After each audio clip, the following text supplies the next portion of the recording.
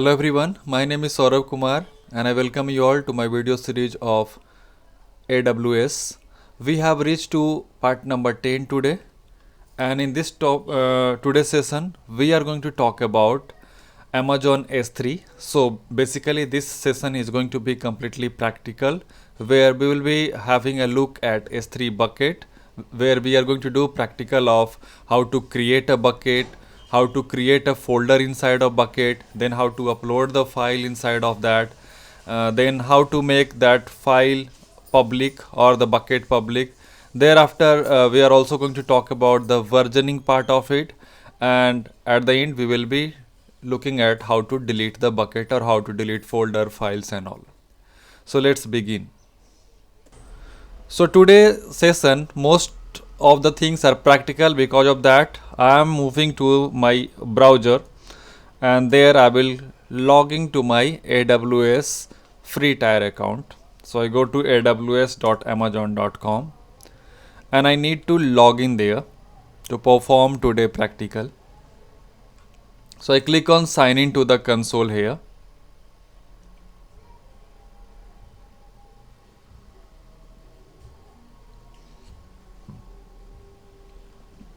Here I need to specify my user ID and password.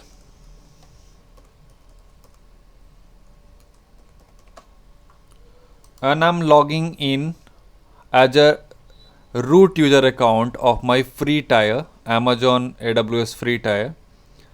So here we are having AWS management console here, where we can see some of the recent widget services. There we have IAM, EC2, S3. So this is what we are going to discuss actually.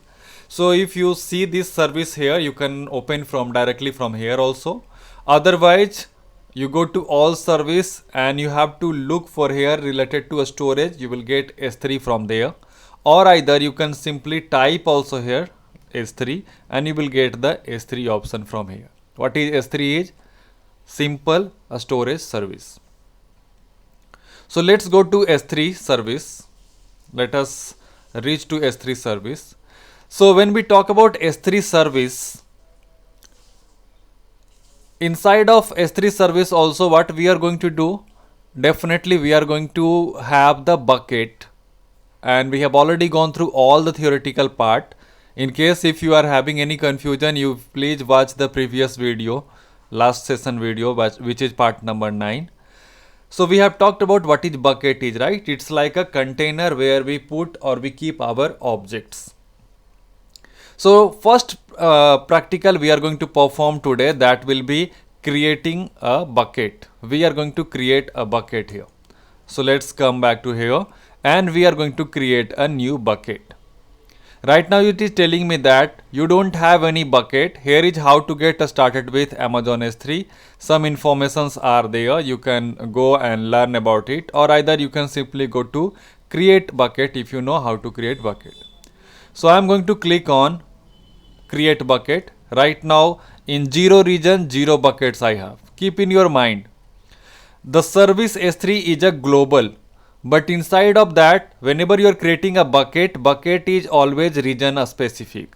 So either you can choose from here also the region, but right now because we are in the service of S3, we will not be able to choose. So S3 doesn't require any region. So that's why when you go to the bucket, create bucket option, there will be an option to choose the region. So let us go to create bucket. Here you see the region is there, so you can choose in which region you want to specifically create this bucket. So for me, I am going to choose maybe for India. So I will be choosing Asia Pacific Mumbai region. That's the region I have chosen. And then I need to type here a bucket name. Bucket name is also somehow unique. So you need to use a bucket name which can be unique and nobody worldwide is using that name for the bucket. So for me, maybe I'm just going to use a bucket like, because my name is Saurabh, so I start with S, and you see some condition. The bucket must be minimum 3 to 63 character long. This is a question, it may come in your exam. This is a question which may come in your interview also, so keep this one in your mind. Whenever you are creating a bucket, bucket name must be between 3 to 63 characters long. Then here you will not be using any capital letter. Another thing, let me tell you, here if you type any capital letter, it is telling that bucket name must not contain any uppercase character. So these are some things I'm just trying to tell you extra when you are making a bucket name. So let me use S, or maybe let me give SAURABHBUCKET, Saurabh bucket. Is it okay? So I'm going to use my name with the bucket. So I'm creating Saurabh bucket 01, for example, because I will be creating multiple bucket 02, 03, 04, 05. So just I'm giving the name Saurabh bucket 01. Or you can, if you want to use a shortcut name, let me give a shortcut name, for example, S bucket. Let me try either this name is available or not. S bucket 01. It is there. So I'm giving S bucket name. Then some settings need on this bucket. So do you want to copy those settings from any existing bucket? Maybe you have already created before and you want to copy from there. Then you will be choosing from this list.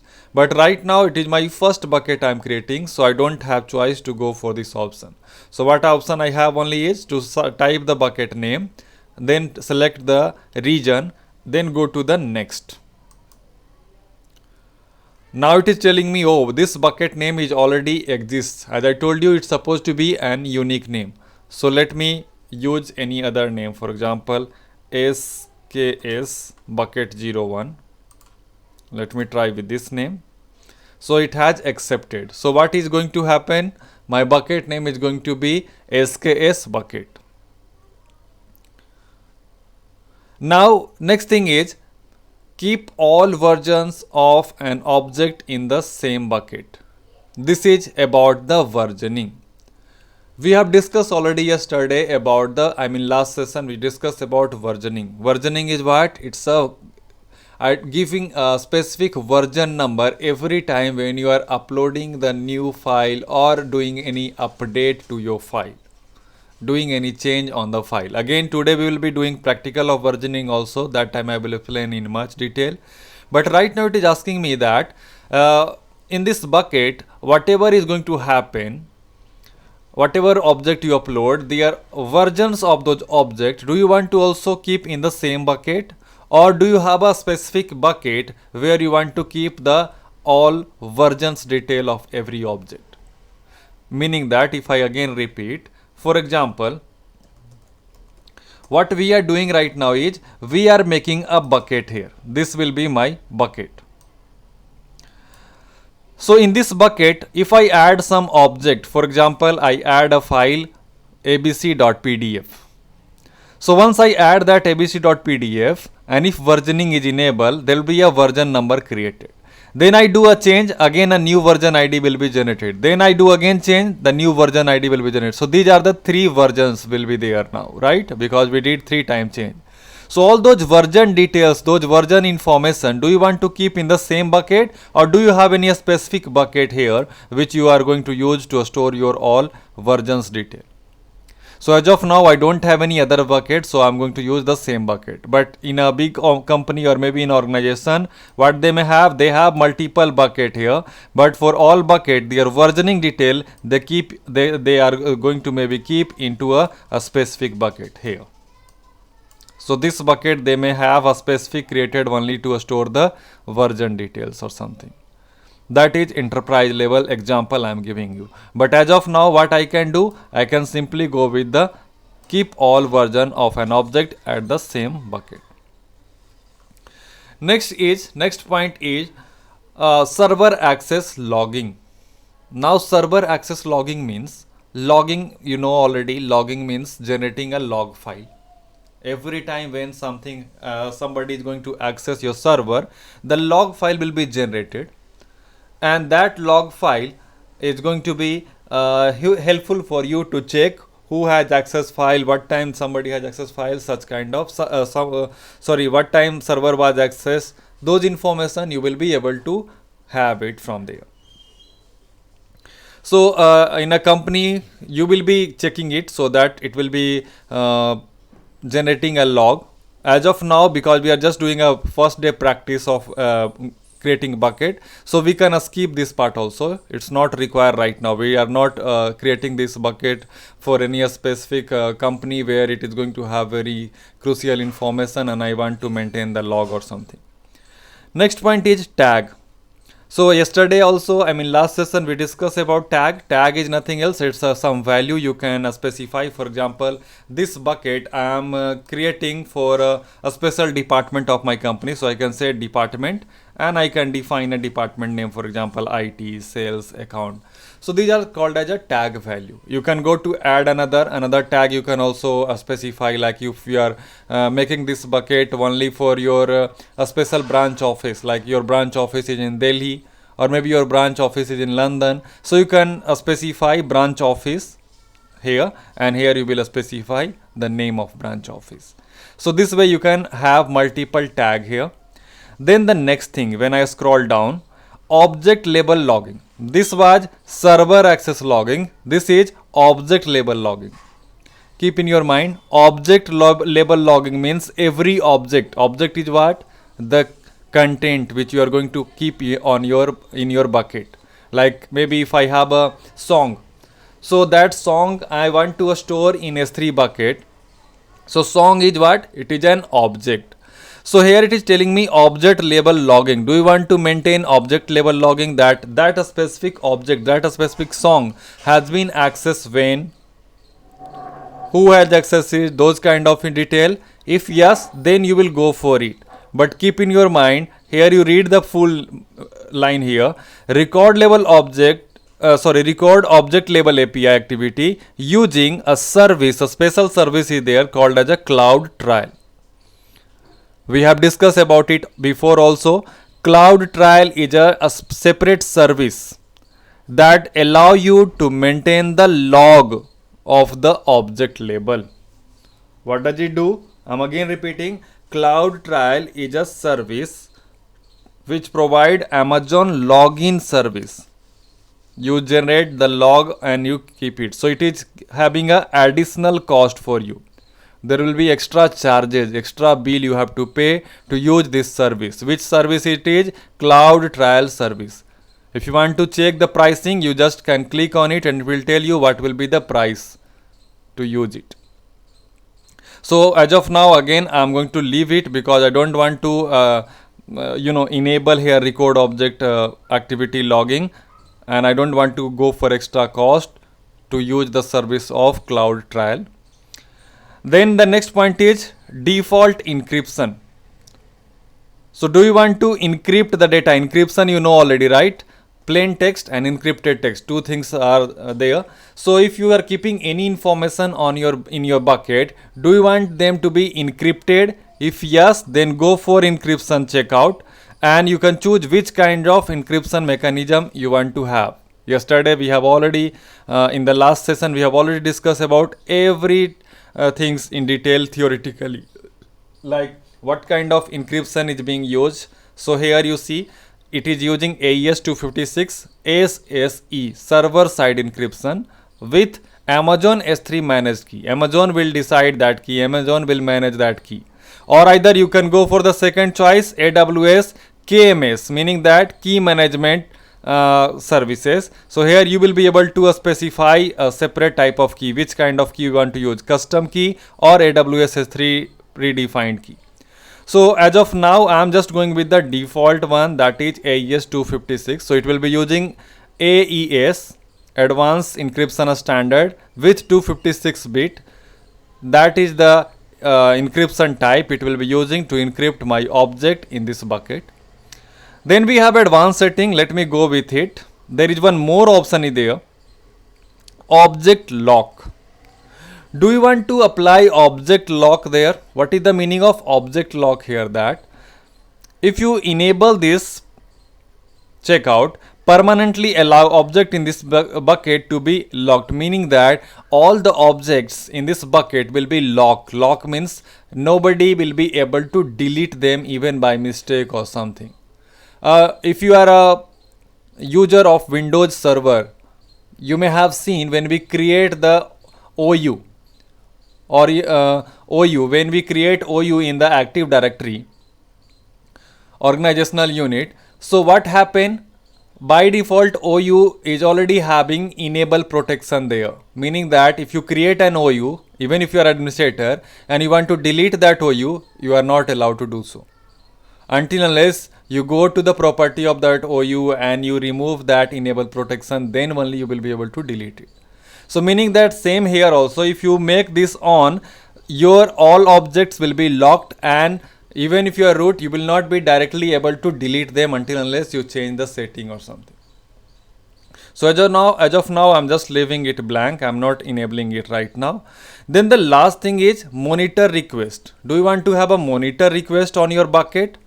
But again, it is going to be additional cost because this service is also being offered from Amazon as a separate service called as a CloudWatch. So I mentioned here two service name. One, before I was talking about CloudTrail, which was giving a Amazon login service. This time I have another service name called as a CloudWatch. CloudWatch is a monitoring service. What does it do? It allow monitoring. You can monitor what is happening with this bucket, who is accessing and all those things. So monitoring service you want, if you want to have, you will be going with this also, but it will be having a additional cost, and then you can continue with it. So for me, again, I'm going to leave it because I don't want to go for a specific new service here to pay extra money. But we are just right now what we are learning is how to create a bucket. So let us go with the default setting. We don't want to have extra service on there. Then I go with the next. Now this is the default condition of it. Default condition is block all public access, meaning that the bucket which you are making, it will be not accessible publicly. Publicly means, for example, obviously this bucket is going to have a URL link. So by tapping on that URL link, even if I share with somebody, they will not be having access of that bucket, because by default block all public access. It will be only you who will be having access or the user which you will permit. So right now I'm leaving it default. Later on I will tell you how to make it allow, how to unblock it. So right now I'm going with the default and I go with the next.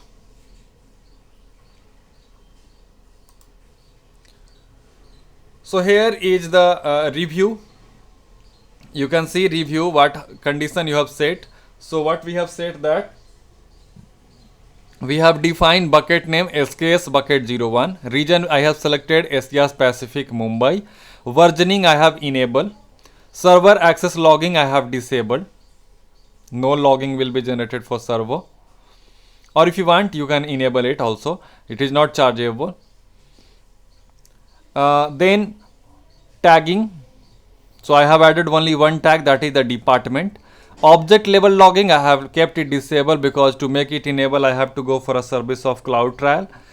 Default encryption I have used AES 256. CloudWatch request I have gone for disable. I have not used this service.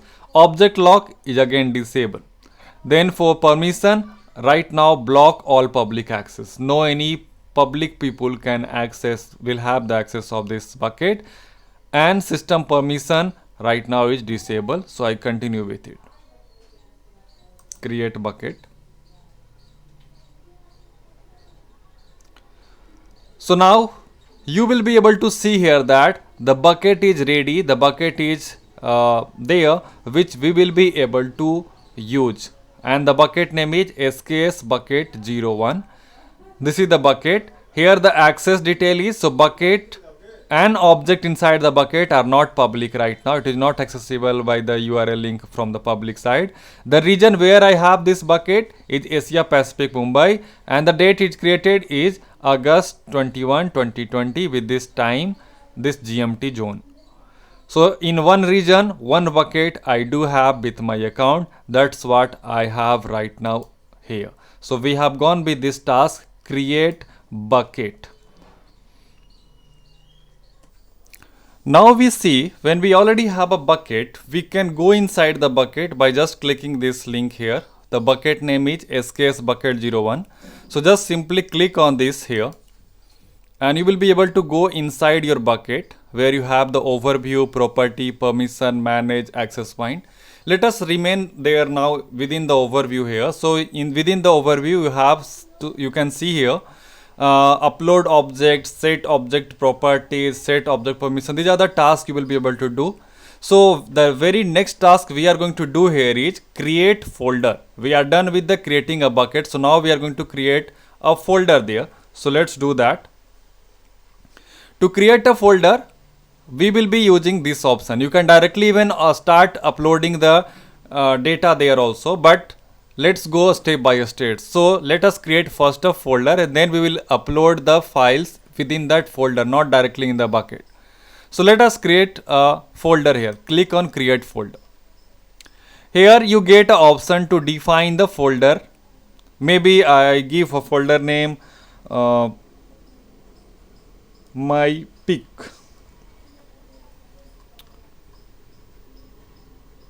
Maybe I want to keep my all photo.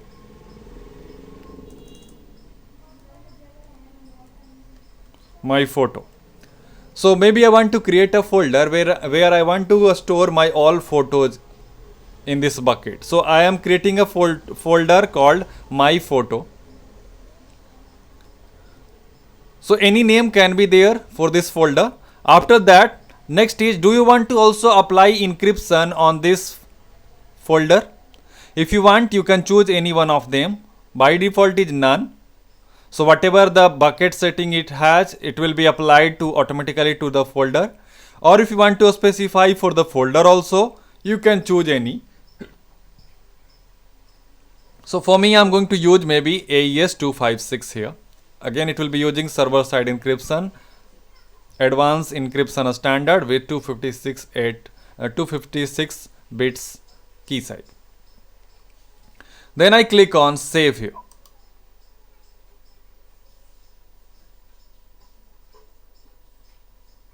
So just wait for a moment and you see now within a bucket what we have now is we have a folder and folder name is my photo. So I hope it is clear up to now that how to create a bucket. So you can simply again verify, go to Amazon S3. There you can see the bucket. When you go inside the bucket, you see the folder. When you go inside the folder, there is no any file or any objects are there.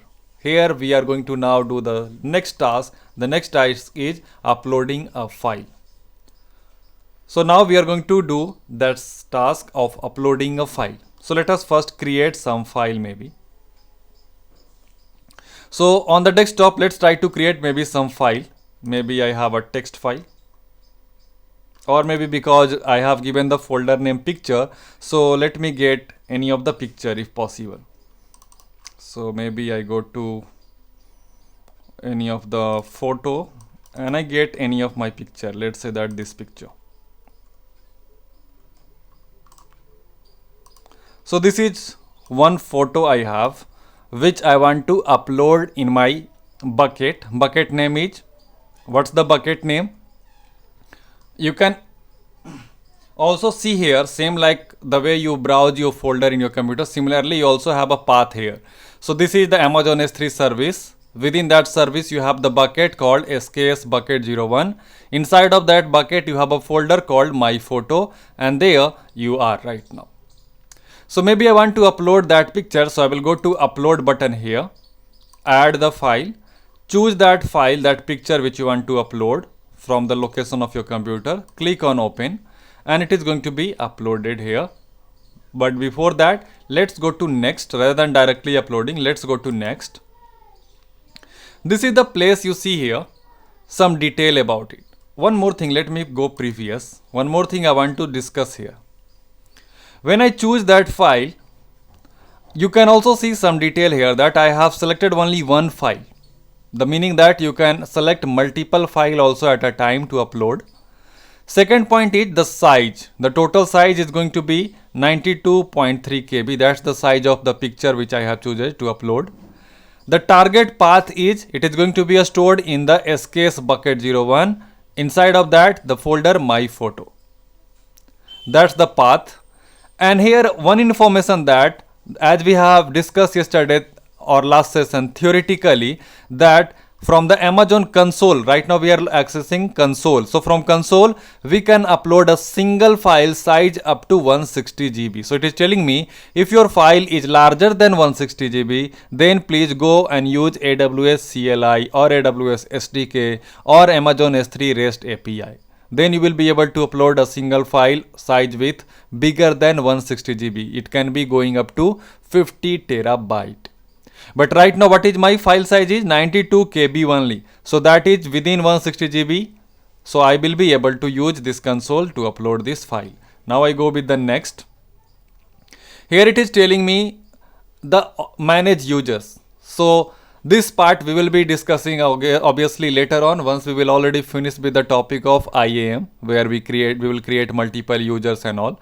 Right now I don't have any other user, otherwise I could have gone with add account and I could have decided either for that account I want to give read permission or not, or I want to give him read write both permission. So that we are able to do. So what we are going to do now here is, as of now in this scenario, I'm just continuing here. Next is manage public permission. So the block public access setting turned on for this bucket, prevent granting public access. Because if you remember when I was making the bucket, I have not granted public access to the bucket. So it is telling me that just because of that, it is not going to grant public access. It is going to prevent from public access. So I say no problem, right now I'm okay with it. I go and I say next. Here is a very important part of today's lesson. Whenever you are uploading any file, there you also have to decide, you also have to choose that which standard type of or a storage class you want to have there. The file which you are uploading, you consider that file in which a storage class. So these are some of the class are. We have a standard, we have intelligent tiering, a standard IA, we have one zone IA, glacier deep archive, reduced redundancy. So let me discuss one by one all of them so that you will have a good idea about it, that which exactly a storage class you should use. So let's have a look on it. We are having some categories here, a storage class, then what this storage class designed for, how many availability zone it will be using, minimum storage duration, minimum billable object size, monitoring and automation fee, and retrieval fee. So let's try to discuss one by one. One is a standard. So a standard is designed for frequently accessed data. Any data which you have frequent access, any data which you think that maybe you will be having a need of this file anytime, any moment, or you use it on a every here and there, or maybe you use it for daily basis, or maybe you use it for weekly basis. So those type of data which you have frequent access on it, you will be choosing a standard there. Like for example, let's say that you are having any important document which you open every day. Let's say that your business plan or daily reporting file. You have a daily reporting file where people go and they put some information. So that kind of file where you are going to keep in the storage class of a standard. If I take for example my example, that if I have some data which I always need, maybe I have an Excel file where which I always needed to access and do some change inside of it, or maybe any other kind of file which I do have access of every day. Let's say that I have a file where I have the list of all my student and the registration number. I want to keep that file on the cloud. I want to keep it in my bucket, but generally I always have use of it. Every day I access it to check somebody registration number. So that kind of data which you have frequent access, you will be choosing a storage class, a standard. So if you choose a standard storage class, your data, your file will be stored either on either more than 3 availability zone. We have discussed what is availability zone is. Within a region, you can have multiple availability zone. So this file will be stored on 3 or more than 3 availability zone. So even if one availability zone computer gets problem, or if the file gets crashed or it's get deleted, you have another availability zone to give you the backup. Here there is no any minimum storage duration, no millable size, nothing here. So it is just a standard type. Second storage class we have is called as a intelligent tiering. What is the meaning of intelligent tiering is? This type of a storage class is designed for long life data with changing or unknown access pattern. Maybe you want to keep a data for very long period of time. I mean to say that basically we have some kind of data which we feel like it is going to be stored for long period of time. In that scenario, and if you are not knowing that who will be accessing, what pattern will be used to access this file, and it is maybe changing every day and here and there, maybe your database file or something like that, which you want to keep it for very long period of time, and where you have the access pattern can be different and something like that, then you go for intelligent tiering.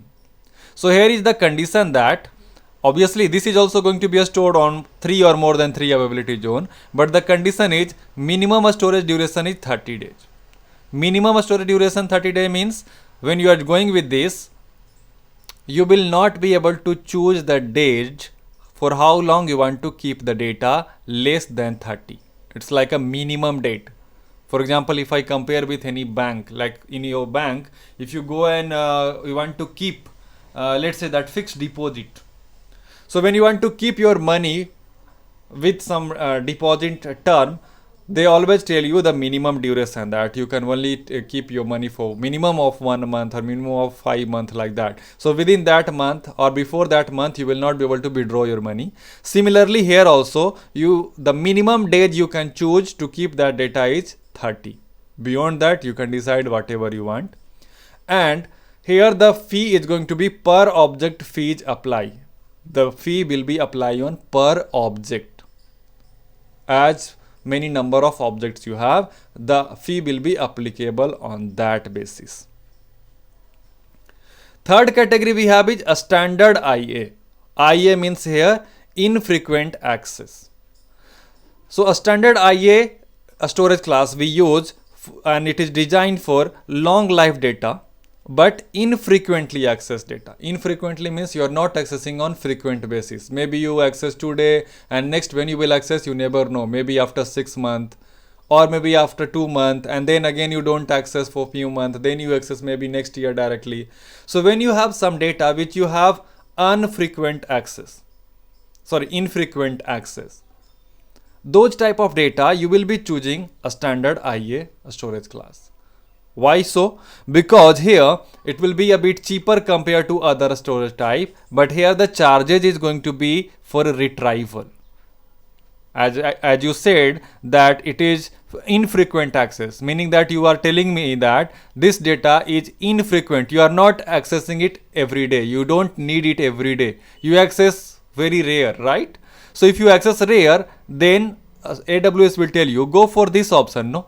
Here I will be charging you very less amount for your storing data, but I will be charging you some amount of money whenever you access it. If you access once in a year, you will be charged once. If you access 5 times in a year, you will be charged 5. So it's up to you. You said it is infrequent access. You don't access regular. So let me give you bill on the time, as many number of time you access, that many time you have to pay the bill. Simple. So this will be the condition here. The minimum billable object size is 128, meaning that the minimum size of data which you are going to keep should be at least 128 KB. Then the only you will be eligible, or you will be getting bill for it. And the charges will be per GB.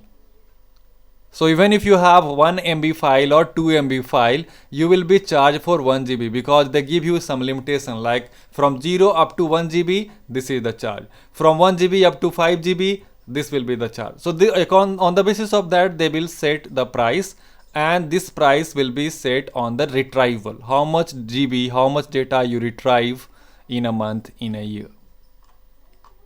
The minimum days is also here 30 days. So minimum you have to keep this data for 30 days, maximum you can go as long as you want. Then the next is one zone IA. As per its name, it is one zone, meaning that this data is only going to be stored in a one availability zone, or maybe more than that, but not like others which we are having 3 or more than 3. So here obviously what kind of data we are going to keep in this category? Those who are for long lived but for infrequent access, as well as most important point is non-critical data.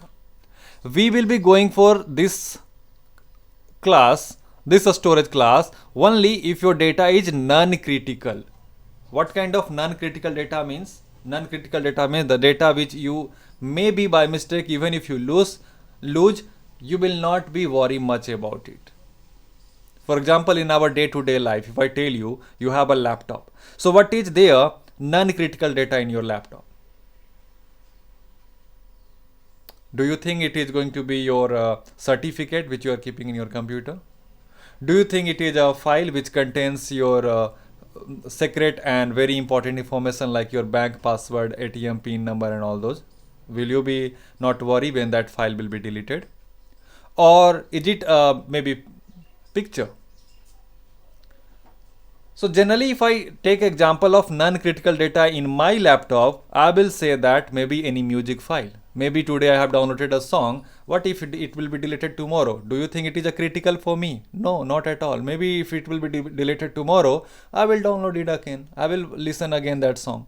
So that song, any movie if I have downloaded, those are something like a non-critical data.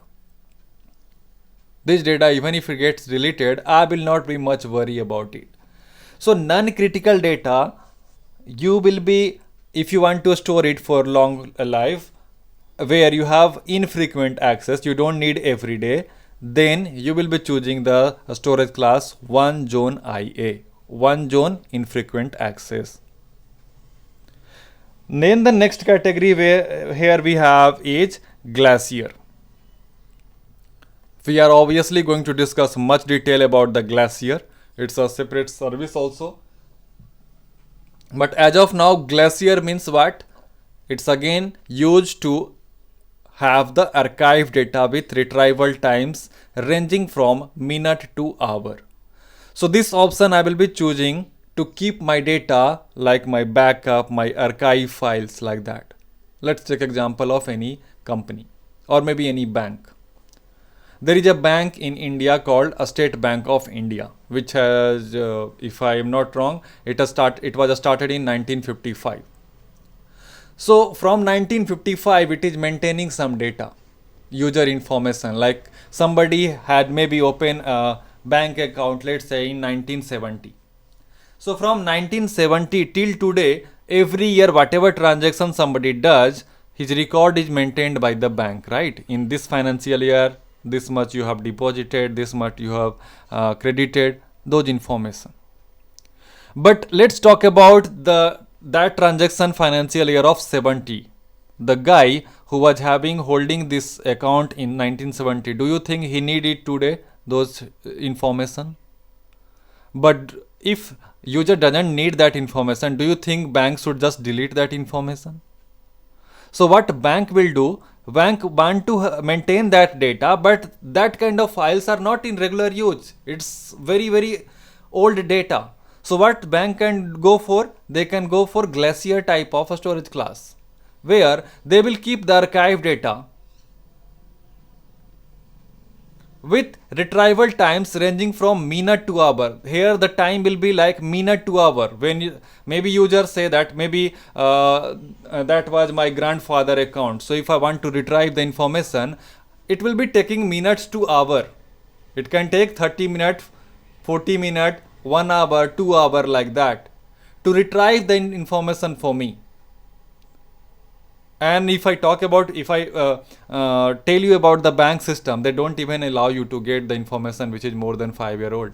You have to write a special application to the bank that I want to have information which is of maybe 1990 or 1995. Then only they will allow you. So the reason behind is that their data is just stored in a condition of glacier, or even the data is very very old, they can keep it glacier deep archive also.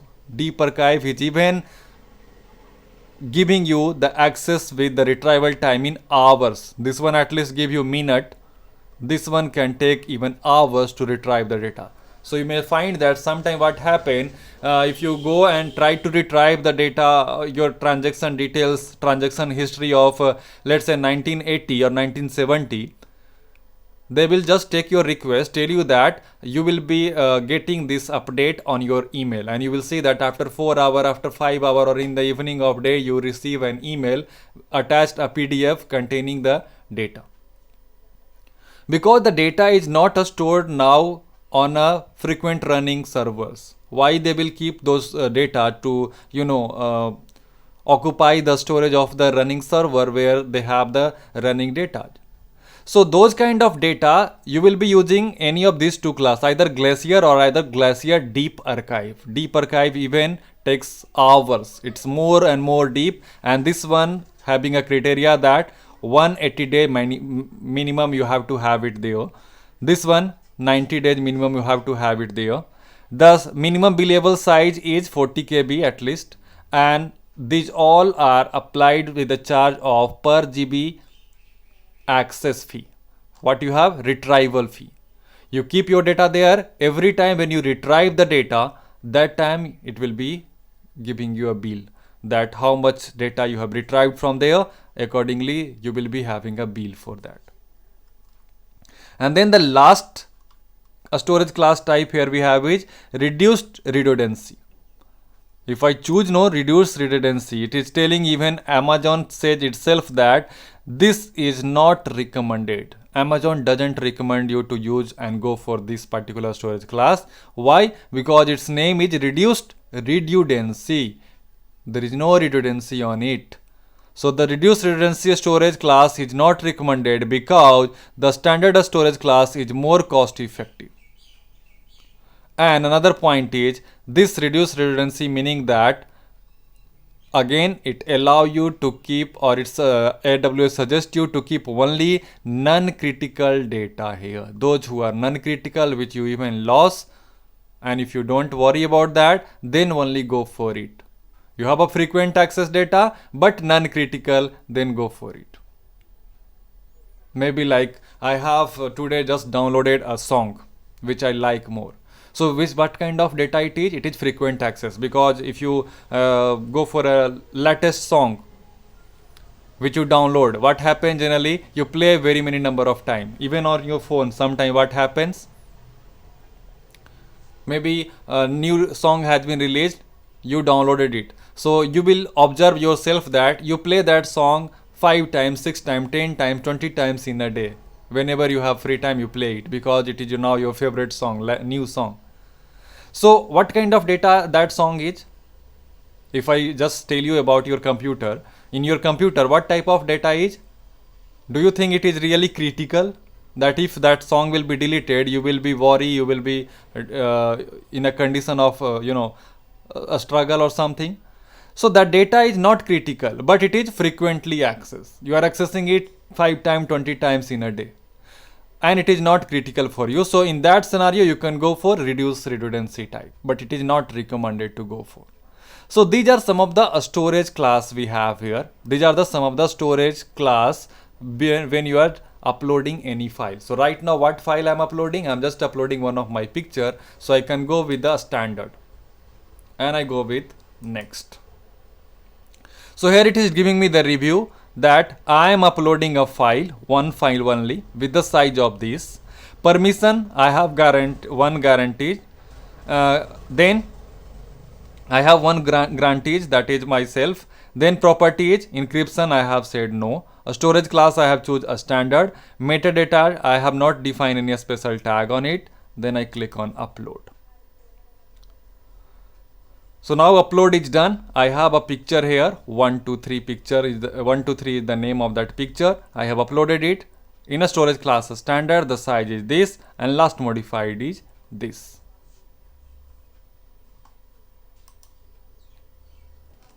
Let us continue here that once I have already uploaded this file, will I be able to see it? So simply you can click on this file. You will be able to get the details about it, like overview of this file. So here you see who is the owner, when was the last modified, e-tag. E-tag is just auto-generated number. Every object inside your bucket is having a e-tag. A storage class you have choose, that is a standard. We have already discussed about a storage class. What kind of encryption you are using, that is server side encryption with the help of AES 256. The size of file is 92.3 KB. The key is nothing else, it's a value which includes your folder / your file name. And then here is the object URL, meaning that if somebody want to see that picture, they can follow this link. You can, maybe I copy this link and I send it maybe in your chat box here also, or maybe I put it in the description of the video. You will be able to see this picture from your browser also. But a condition is, have I shared publicly right now? Have I given permission publicly?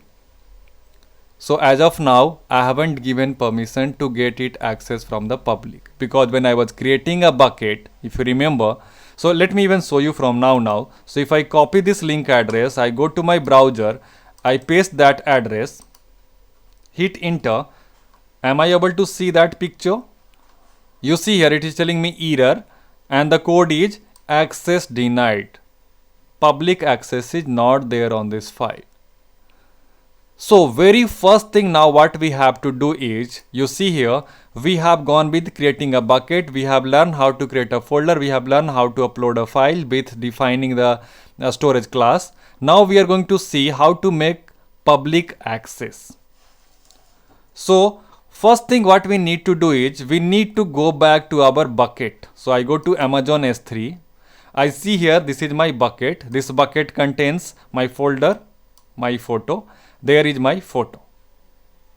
If you just click on it and if you want to just open from here, from your same console where you have logged in already, then you want to click on open, you will be able to open that picture.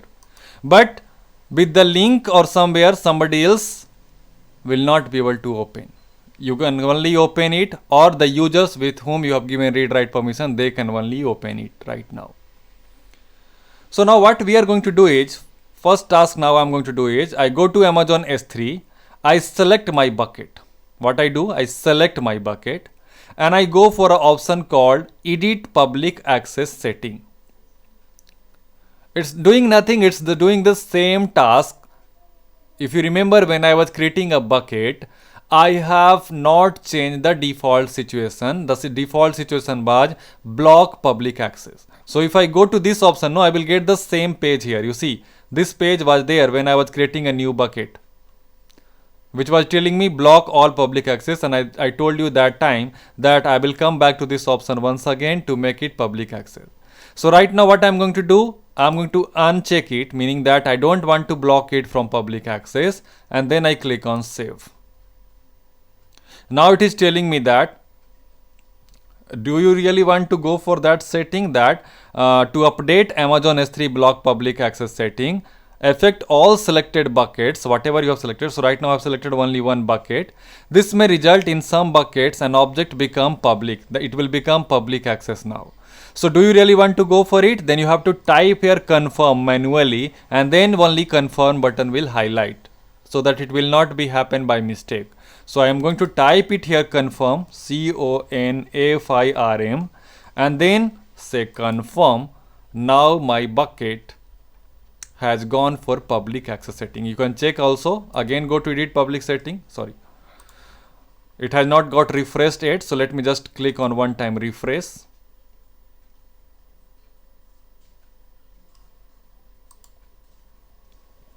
So once it will be refreshed, I will again go and check.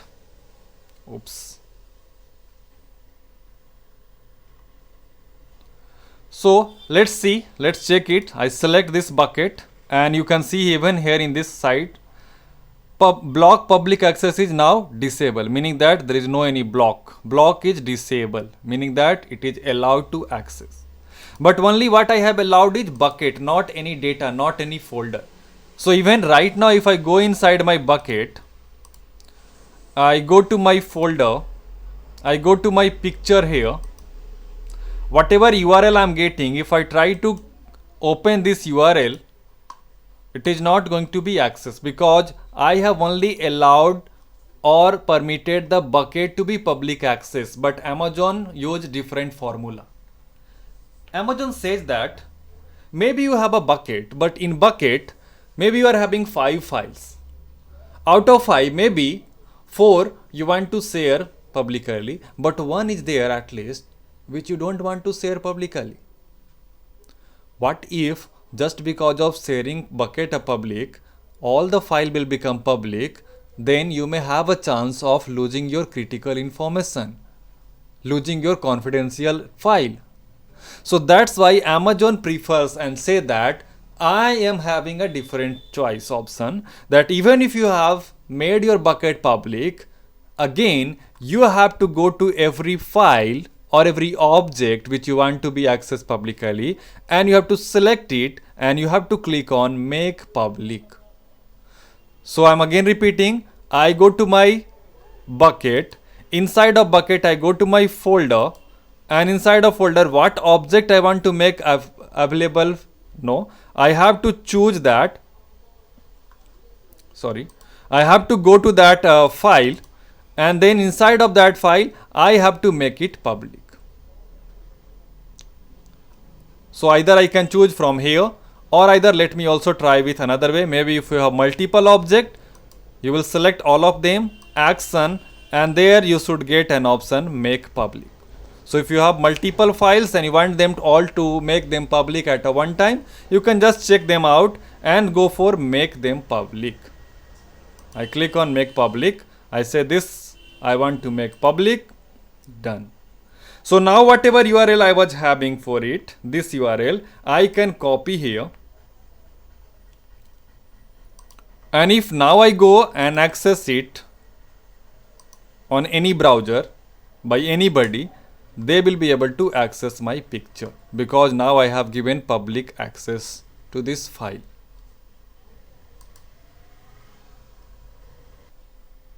You can see the link is also very easy to remember. It's like this: https:// your bucket name. So your bucket name is, my bucket name is skbucket01, which I can easily remember. Dot S3 is the service I am using. AP South 1 is my region where I have created the bucket. Amazon AWS.com is the site helping me to do this task. / my folder name is my photo and the picture name is 123.jpg. So very simplified URL is given to me by the Amazon, and the same way you will be getting a very simplified URL with your bucket name, with your folder name, with your file name, with your region name, which you can simply type also, and then you will be having access to see this picture. I can just click here and I can see that picture very simply. So this way we have learned how to make any data or any object make public access. Let us try to go for one more task, one more file at least. So maybe if I want to go to my bucket, in my bucket I have a folder. Let's create one more folder, create folder. Maybe this time I am creating a folder called as my data. That's the folder name. I'm creating this folder, my data. Inside of my data, let me upload any text file. So let me create a text file here on my desktop. New text file. The text file may be having a name bank details.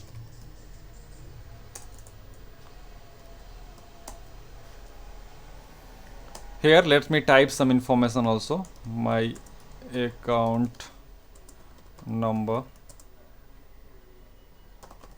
like this.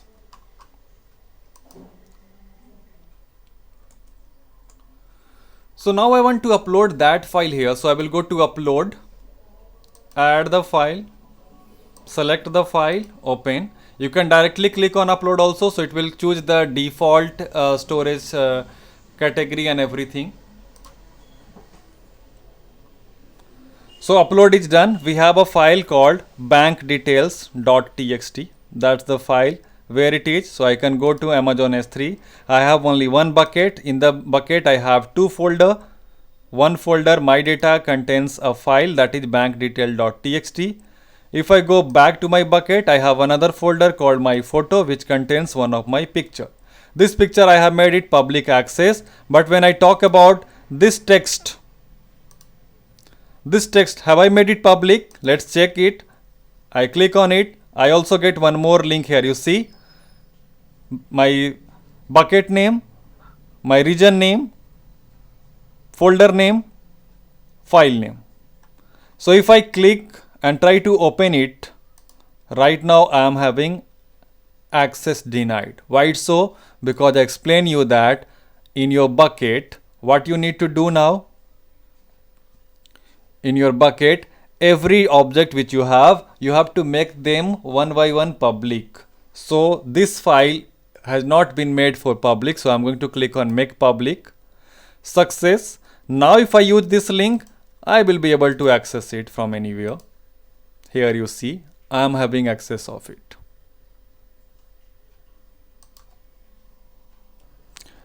So that means we have finished up to this part, that how to create folder, upload file and make them public. I have repeated twice with the two different file within the different folders. Now I am moving to the next thing, that is versioning. So as I discussed before, versioning is what? It is maintaining the version number of your file. So let me first show you practical part of it. Then it will be more clear for you all. So let's move to the next practical of versioning here. Now let me show you something here. When I go to any of the folder, folder, maybe if I go to my data, what I have this bank detail file. This is my original file, but in the background, because my versioning was enabled when I was creating the bucket, it is going to maintain the version number of it. If you want to see those version, here is a button, hide and show. This button will only you will get when your version is enabled. Where do we enable the version? We enable the version in our bucket. Let me show you also. This is my bucket, right? So if I go to this bucket and I look for the property of this bucket, you will see versioning is enabled. If you want to go here and you want to suspend or something, you have the choice here. So my versioning is enabled, and when I decided it, when I was making this SKS bucket, I already enabled the versioning. So because of that, what is happening now, that whatever data or object I am keeping inside, each object is going to maintain or create its version number. Let me show you here. So if I go to my data, I have only one file, and this file is also having some version number. By default it is in hide condition. What is the default situation is? The versions are always by default hidden. If you want to see those version detail, you can click on show. So it will show you now this file version number. Right now how many versions you see? Only one. Which date? 21st August 2020 at 12:55 PM. This is the latest version because I have just uploaded once, and this is the version ID each. Let me tell you, what if you have a file, or maybe if you have a name of the file which is maybe being all the time up to date. Let me go back to demonstrate this practical. I go to my bucket, I go to my data, and maybe here I have a file something like this. Maybe I have a text file here, and this text file is let's say that meeting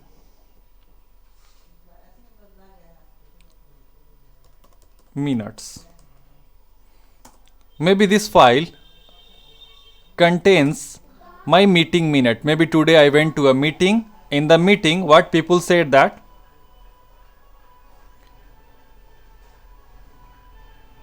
we have discussed that, okay, according to the meeting in December, we will have a big party. Maybe in meeting, at the end of meeting, we decided that in December we will have a big party. Let me even add some more information. Maybe like we have a target of reaching 500,000 users this month. So this is the content I have in my file. This is my meeting minutes. Let me save this file. So where it is saved? On my desktop. Keep in your mind. This file I am going to upload here. So I go to upload, add file. Which file? Meeting minute. Open. I have uploaded it. Here is the meeting minute. If you open it, you can see here also the URL is here, and it has the information like what is the size, e tag, a storage class, and all detail. The one thing I wanted to show you that if I go to show, meeting minute is also having only one version right now. This is the maybe meeting I did today. So this is the meeting minute. Tomorrow I went for a meeting again. I opened this file on my computer. Keep in your mind, I have opened this file where? On my computer, on my laptop. In today meeting, we have some more information there. Maybe today we got some more information that next month we will go to a trip. This is new information. So I typed this information, I changed this information in my file, and I saved it. Where I saved it actually? On the desktop. On the desktop, what I did, I saved this file after doing the edit. Now I also want to have this file on my cloud, right? So I go back to my again cloud. I go to upload again. Let me hide it first. I have two files already. Meeting minute is already there. You see, meeting minute is already there, which I uploaded before. What time? It was 1:04 p.m. Now I went again to meeting. I have another file which is again having same name, meeting minute, but I will not be worried because it with the same name file is already there. AWS allow you to upload multiple files with the same name. So I go to again upload, add files. Which file I am going to upload? Meeting minute. You remember this meeting minute is different now. Why? Because it has one extra line in it. I say open, upload. Upload is done, but can you see here that meeting minute here file? Answer is no. I can't see that another second meeting minute file. This meeting minute file is exactly same like it was already before. So what has happened actually? If you see here the time, it is showing you 1:06. What does it mean now? Before I uploaded the new file, it was showing me the time 1:04. Now it has gone for 1:16. It means it is only showing me the new file. If I click on it, no, and if I click on open, you see this is my new latest file which has the third line also there. So where is now my previous file? Where is my old file now? Has it been overwritten? Has it gone? Have I lost it? So answer is no, we haven't lost it. Because versioning is enabled, if you go to that folder, if you click on show version, you will be able to see that meeting minute file is having two versions of it. One version from 1 o'clock 4 minute, another version is at 1:06 with the different version ID. These are the version ID. Version ID is helpful when you are using CLI mode. Right now we are using AWS console mode, so even we can see the date and time also and every details. So this way, every day when you go for a meeting, for example, now next hour again I went for a meeting, I went there and they announced that hello guys, the trip for the next month is cancelled now. We will not have any trip or something. We will not have any party guys in December. We just have first target and there is one more target I am giving you. Next month target is 100,000 users. Save. So today meeting what I decided, we postponed to tour and party and we have given you something new. So now this is my new meeting minute is right. I save it. Where I save it? I saved it in my computer. If I open it, you will see this only 2 lines. Now I need to upload this file on my cloud, obviously. So I go to the cloud console. I go to the upload option. Just a moment.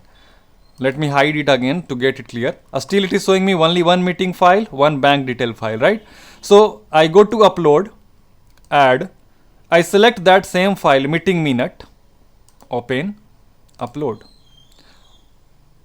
If you see again, there is no change from here. It is still showing only one file with the name meeting minute. But the date is now and time is 1/9.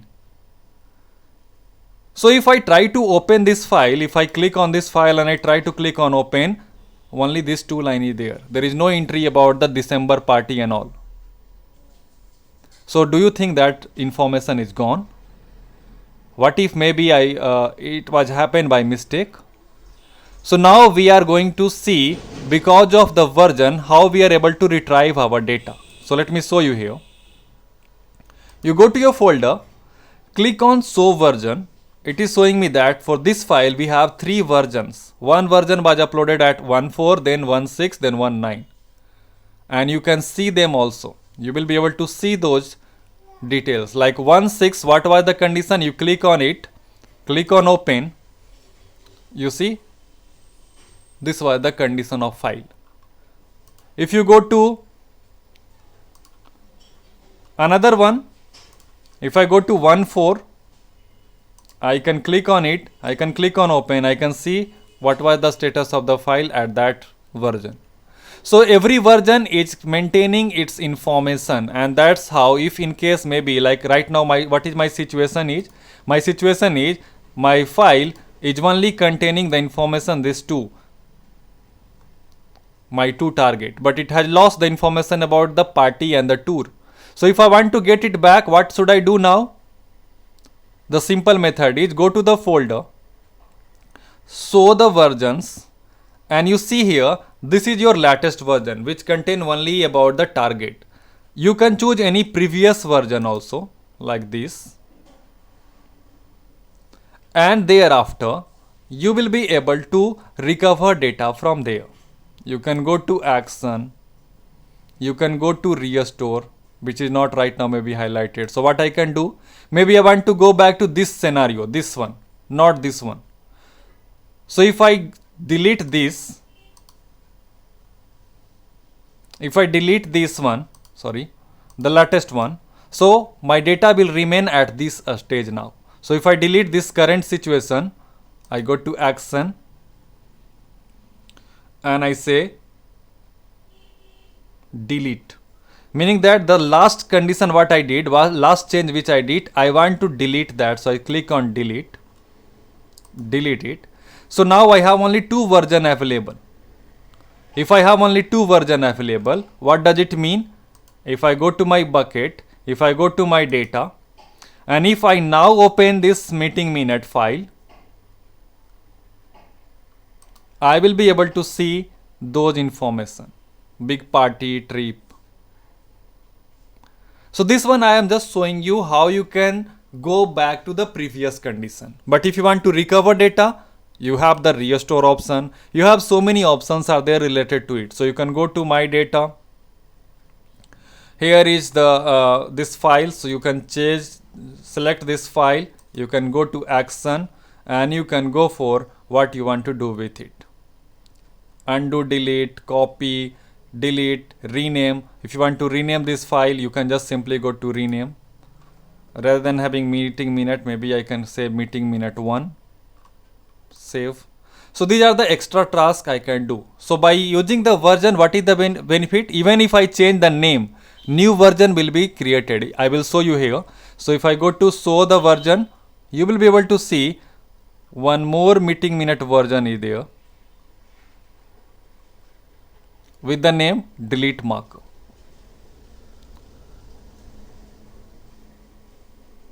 This is for minute 1. This is for meeting minute. So for this file, these are the 3 versions. For this file, we have 1 version. If I delete this version, what will happen? If I choose this, I go to action, I delete it. What is going to happen now? Let's go to hide. You see, the file is gone because there was only 1 version available for that file. But now I deleted that file, not so. I lost my file by mistake. Can I be able to get it back? So let's try to do that. I go to show all the version.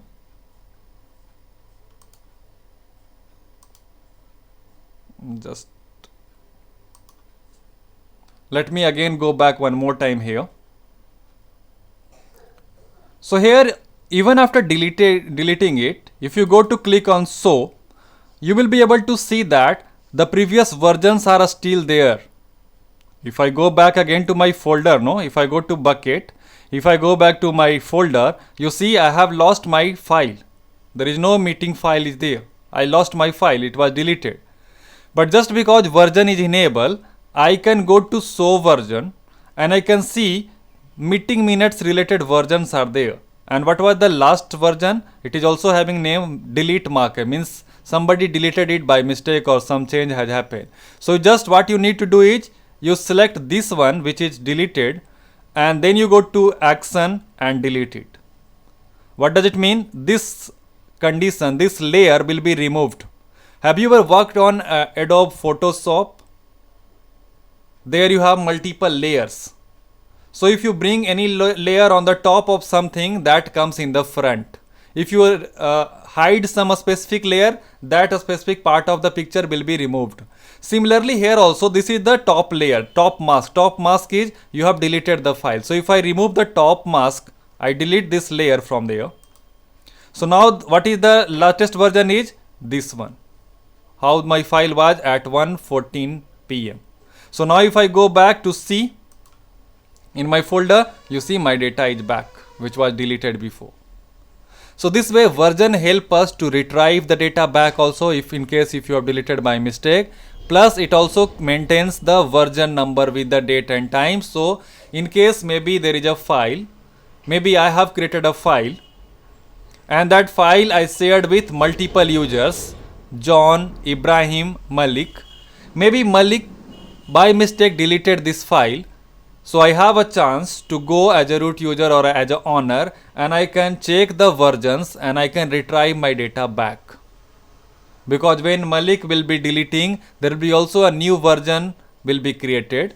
So when I go to the show version, for example, Malik comes, he selects this file and he deletes it. He deletes it. So now the file is deleted by mistake. So for me, what I will do as an owner, I will go to check and I will see the last mistake was happened that somebody deleted this file. So I will remove this mask. I will delete this status. So it will go back to this previous condition. And then I go for delete. So you will be able to see that my file is back now. Meeting minute is back now. Right now, if I again, let me repeat one more thing. What is the current situation is? This one. Target. If I want to go back to see only the previous condition, what I will do as a owner, I can go to my folder, I can go to show, and I will delete this one, this one, this one, this three mask I am going to delete. So when I delete these three versions, now only one version is remaining, that becomes the latest version. So whatever the file was at 1 o'clock 4, you remember very first time when I uploaded this file, that was this time 1:04 p.m. and that time I was, what information I was having, I guess 1 or 2 line only. So that has become now the current condition of my file. If I go to my file and if I try to open this file now, it has only this information. We have a target of this, and in December we will have a big party. That's so this is how the version is helpful. We have finished up to this. We have gone with creating a bucket. We have seen how to create a folder. We have seen how to upload a file, and during the uploading a file we have also talked about the classes or type. Then we have talked about how to make it public access. We have talked about versioning. Now the last task we are going to perform now is deleting them all. Maybe if you want to delete a file, delete any version. We have already done practical of deleting a version. So if you want to delete a file, you want to delete a folder, you want to delete a bucket, what method you are going to use? So simply you will start deleting them. Maybe if I go to my folder and I don't want to keep this any of the file, I select all of them, action, and I will be able to delete them from here. I go back to my bucket. In my bucket I have two folders, you remember. In this bucket I was having a this is my data folder. If I go to my photo, there was also a photo, if you remember.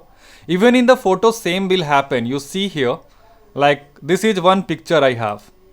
If I open, this is my current picture. If I do any change in that picture, give me just 1 minute guys to just have a small revision here. So if I go with this picture, maybe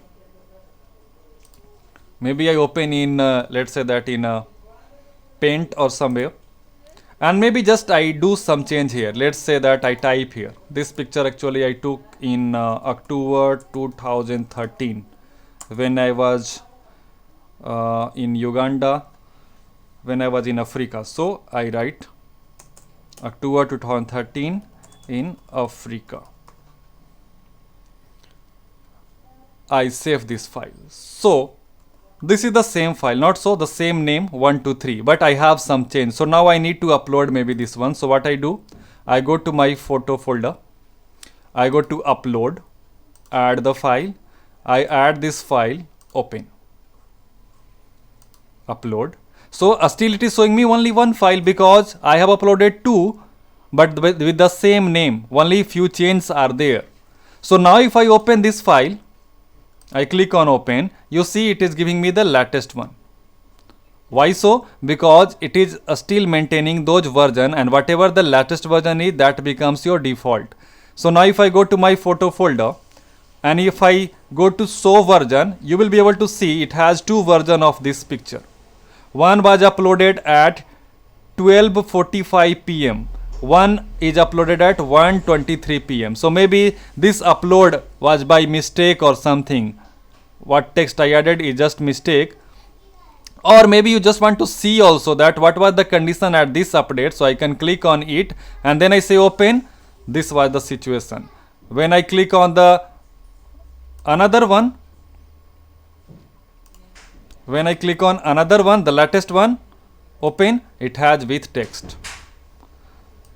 So now it's up to me which particular maybe version I want to have. I can keep that version. If I want to remove any one of them, I can choose. Maybe latest one I don't want to keep with the text, I want to go back to the previous. So I select the latest one, I go to action and I will just say delete. So now it has gone back to the previous version. If I go back, the file name is still same condition is there, but now if you try to open this file, it will be opening you the previous version file. So that is what the meaning of version was. So now we are discussing about deleting. So if you want to delete the object, You can delete by this method.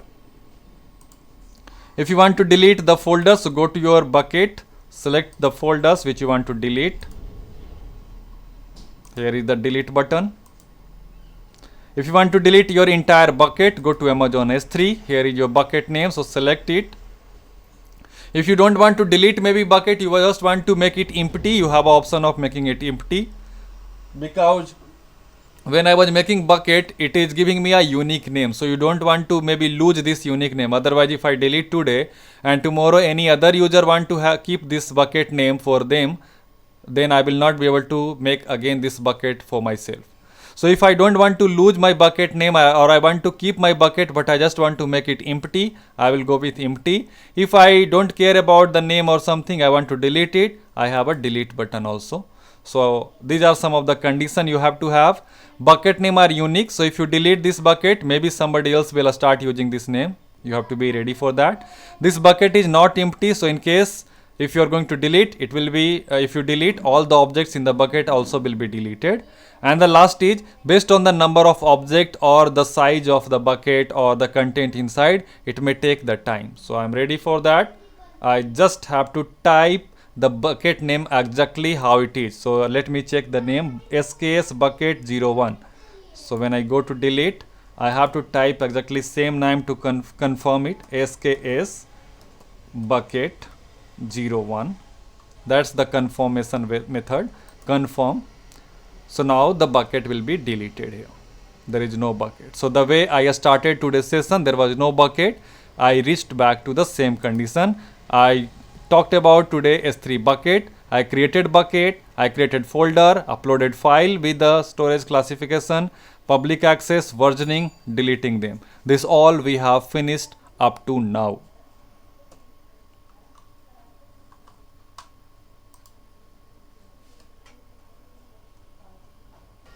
So let me continue with the some question answer of it. I have very few questions, maybe 2-3 questions related to today's topic. The first question is cloud trial. We have discussed about this. So cloud trial is a which kind of service? What type of service it is? Cloud trial.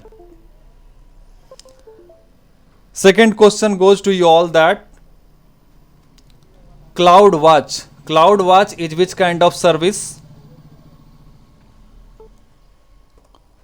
Then the third question goes to you that by default version of an object is in which condition, hide or show. If the versioning is enabled, are you able to see by default the version of your file or object, or do you need to make it show first? So by default, is it in hide mode or is it in show condition? What is the default condition of version of any of the objects? So these are the 3 questions. Answer you will be able to you can send me in the comment box or in the chat box. So this was all about in this specific video. We have seen practical part of Amazon S3 where we have gone through multiple practicals today, and I hope this video was informative enough for all of you, and I would like to thank you for watching.